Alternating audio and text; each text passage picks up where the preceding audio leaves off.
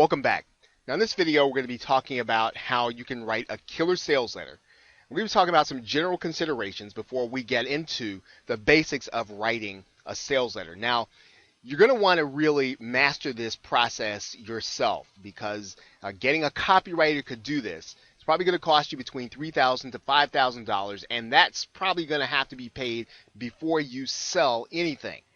And the higher the price of your product, the more convincing your offer is going to have to be to the customer. And so you are going to want to make sure that you have those key fundamental elements that we're going to be going over in this video in your sales copy. Now, the process really starts with a product that your customer just cannot do without.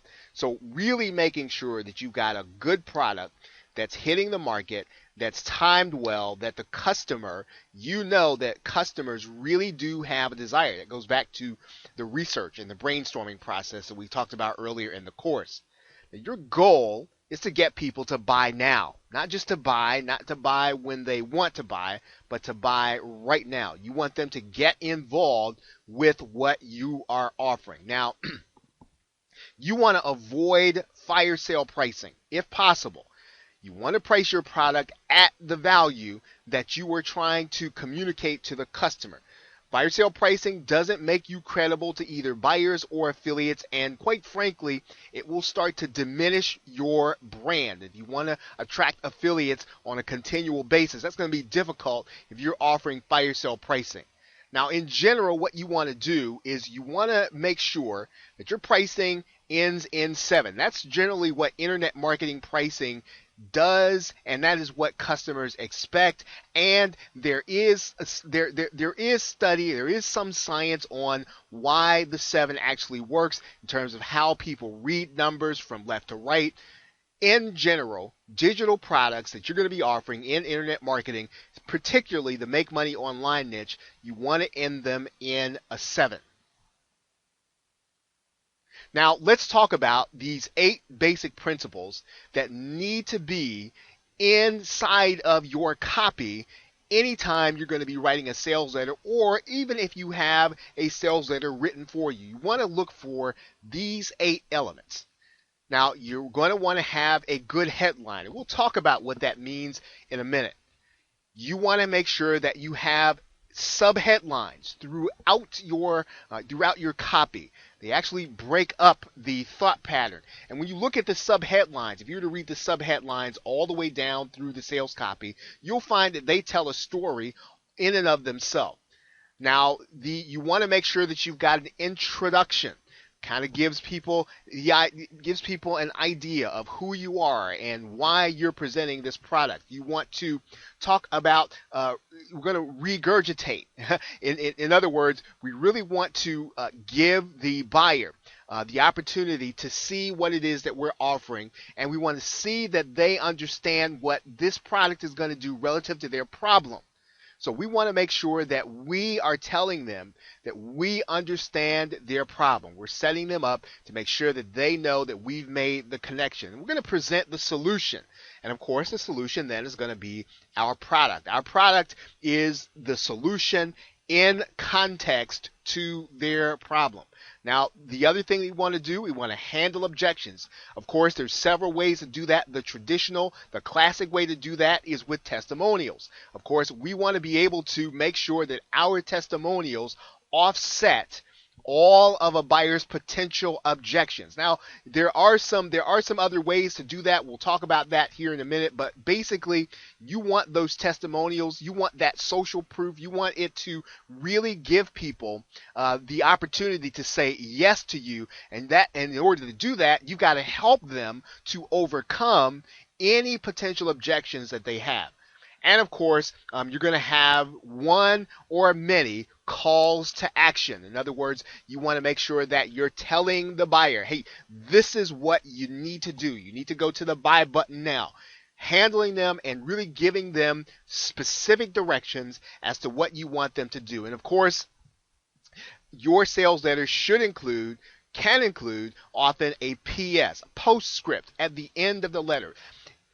Web copy is really a personal letter. It's from one person to another. It's communicating to that person why it is that they should buy, who you are, and why it is, of course, as we said in the outset, why should they buy now?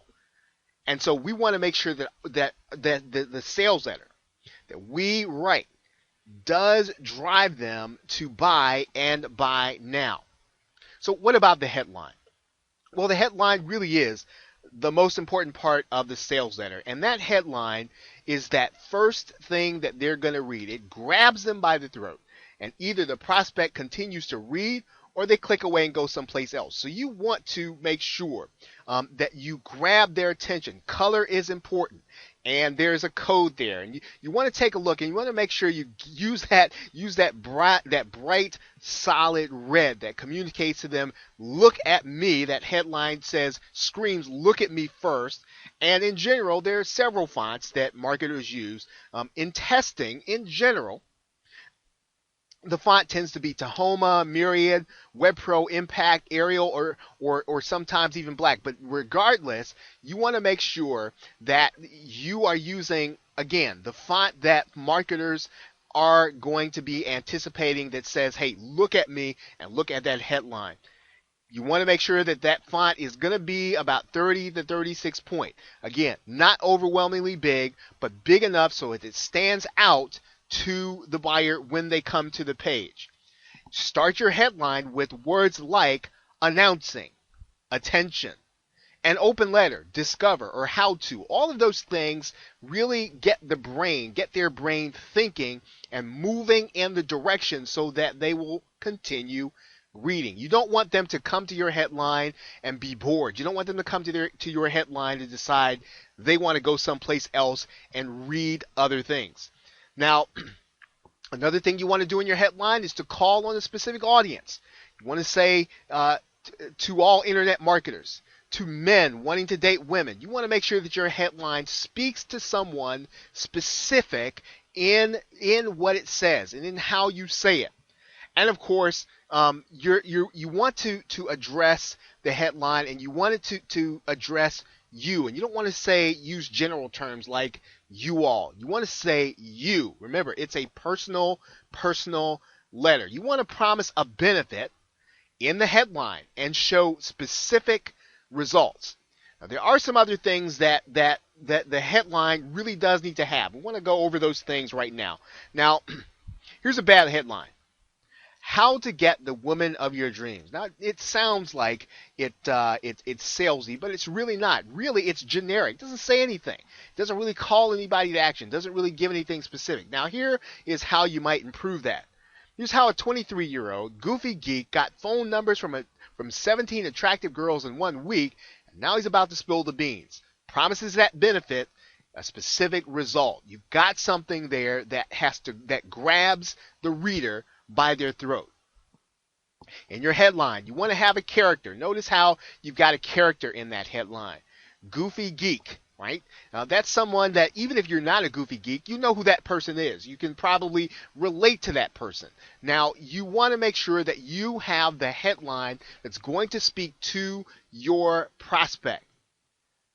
Now, there is some science to making sure that you have your letters typed correctly. So make sure that your starting letters are in uppercase and the rest in lowercase. So don't do all caps, even though that might seem like it's really shouting and grabbing attention in internet speak. However, in a sales letter, you want to have just the starting letters in uppercase, and then the rest of the letters in lowercase.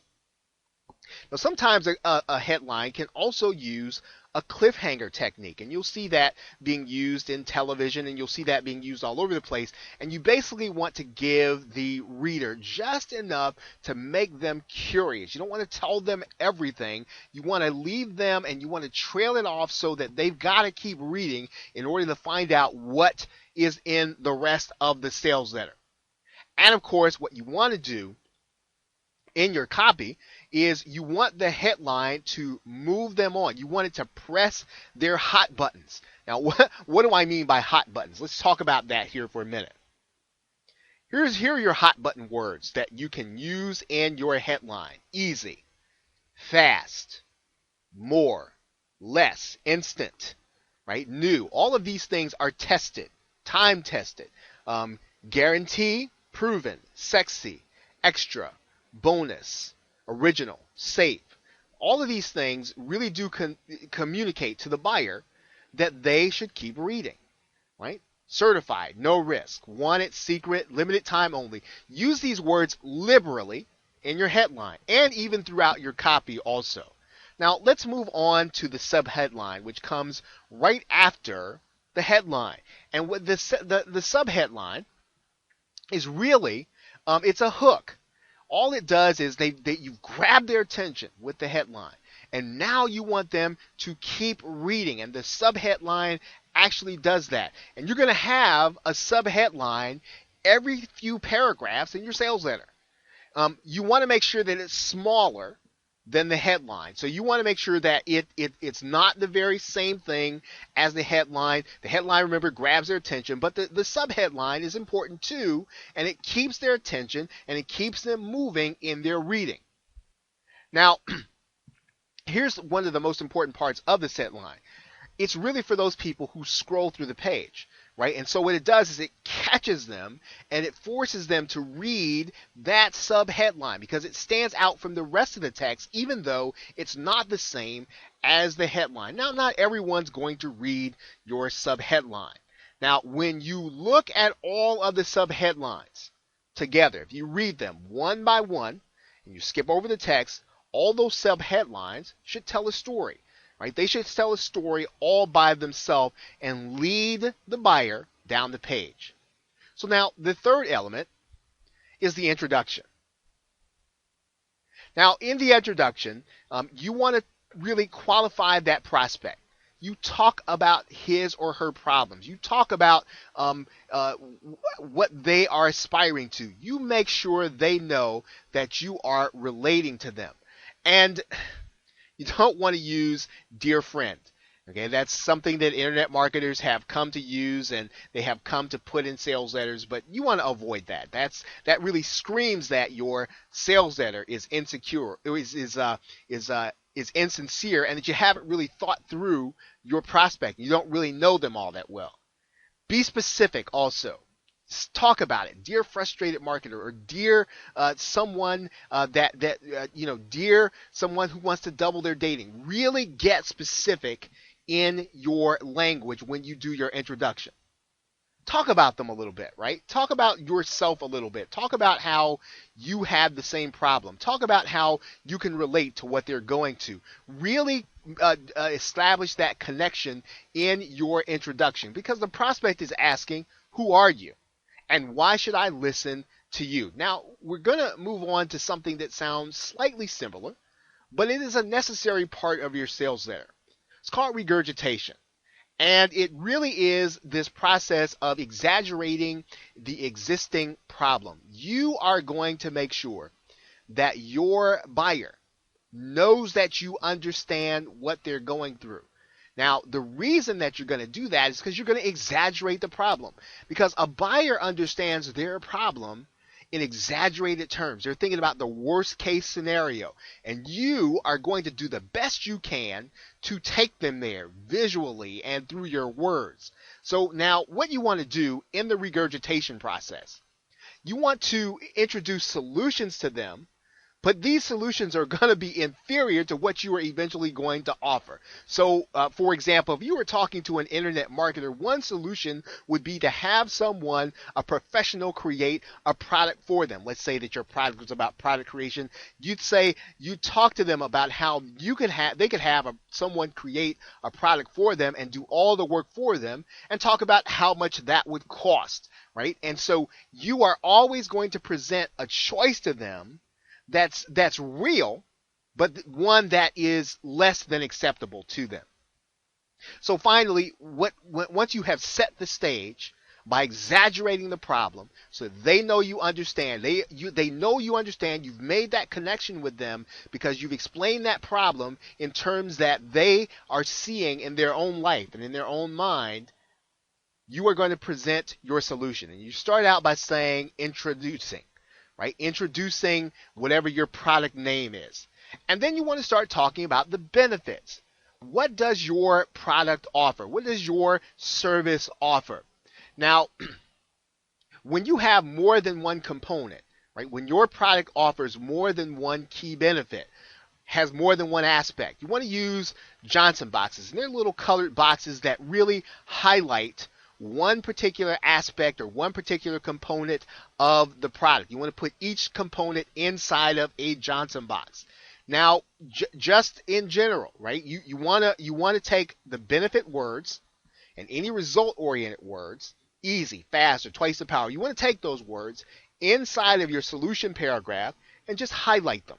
And you highlight them by putting a little yellow highlighting, almost looks like a marker behind or on top of it, so that it looks like you have taken a yellow marker, a highlighter marker, and just made sure that the buyer understands easy and fast is key. This emphasis is also very important as you present the solution to them. And of course, we talked about this, you want to handle their objections. So you want to make sure that you understand all of the frequently asked questions of your buyer with respect to your product or service. So you want to take your testimonials, and those testimonials really should answer in detail those frequently asked questions. And if you have any endorsements from people, people that your buyer would know, you want to make sure those things are in there. Those endorsements really strengthen and they really add proof to the fact that your product does what you say it can do. And then what your guarantee does. You want to have a guarantee because the guarantee helps to remove their doubts. You want to make sure you take away their risk. There's some people who'd want to try your product and they want to try and make sure, they want to try it and see if it's for them. But you've got to take away the risk from them. And when possible, right, real life case studies are proof. Now there is social proof and then there is proof. Case studies provide scientific proof that your product works. This isn't necessarily always going to be someone who's willing to give you a testimonial. This is going to be the case study, scientific evidence that what you are offering actually works. Now remember, all throughout your sales letter, and it's important to emphasize this here, this is a one-way conversation, and that's why you need to go through this process of removing the doubts from your buyer. You got to take them through this, because if you remove their doubts, they will then make the effort to go ahead and buy. If your buyer has already read to this point in the sales letter, they probably want to buy, but you've got to take them that next step to remove their doubts so that they will then pull out their credit card or get into their PayPal account and keep buying. Now, in and throughout your sales letter, you should be giving your buyer a call to action. Tell them what the price is and tell them exactly what they need to do and tell them to do it now. You don't want them to leave your sales page and then to go and to think about something else they've got to do, or to go to work, or to start thinking about family. You want them to make the decision to buy. And one of the ways that you do that is inside your call to action is with your words. Paint the picture. Paint the picture and show them a future that they are going to have if they don't buy this product now. Tell them what their life is going to be like if they don't take action. Use the bonus here, right? Use the bonus as additional bait. In other words, that bonus is going to go away if they don't take action now. That actually gets into scarcity, but you want to make that part of the call to action. You're going to say the bonus is only going to be available for a little while longer. And now, this is actually, your postscript. P.S. Right? It's at the end of the sales letter. You've already ended. They've already seen the call to action. They've seen several call to action buttons. They've seen been given several opportunities to buy. But now at the end, you want to come back and you want to reemphasize. You want to talk about the hidden benefits. What is it that's hidden in this product that you didn't talk about? Something that maybe they didn't know about. Talk about a benefit and how their life is going to change if they take action now. Go back through and get those key phrases that really press them to make a decision now. Talk about the things that remove their doubts. And in that PS, maybe you had some testimonials that were not as strong as you'd like them to be, or they didn't necessarily remove doubts, or they didn't address objections. Well, you want to put them down there. Add them down there in the PS so that the buyer can see once again that someone has actually experienced the product and they like it, they're satisfied with it. Now, of course, you've probably seen it, and you can use multiple versions of PS. But now it's recommended that you only use 3. And 3 is probably the maximum that a buyer can really handle at any one time. And beyond that, it's probably going to be a little bit of overkill. Now, we have gone through the basic elements of writing sales copy. Now, what we want to do in the next video is to give you some qualitative factors to take these basics and to make them dynamic. So make sure these are the principles that must be in your sales letter. They must be there. But now we're going to talk about how you take those and how you really make them so that they move that buyer and make them take action. We're going to show you how to make that copy stand out and convert your buyer in the next video. So with that, thanks, and I will see you in that next video.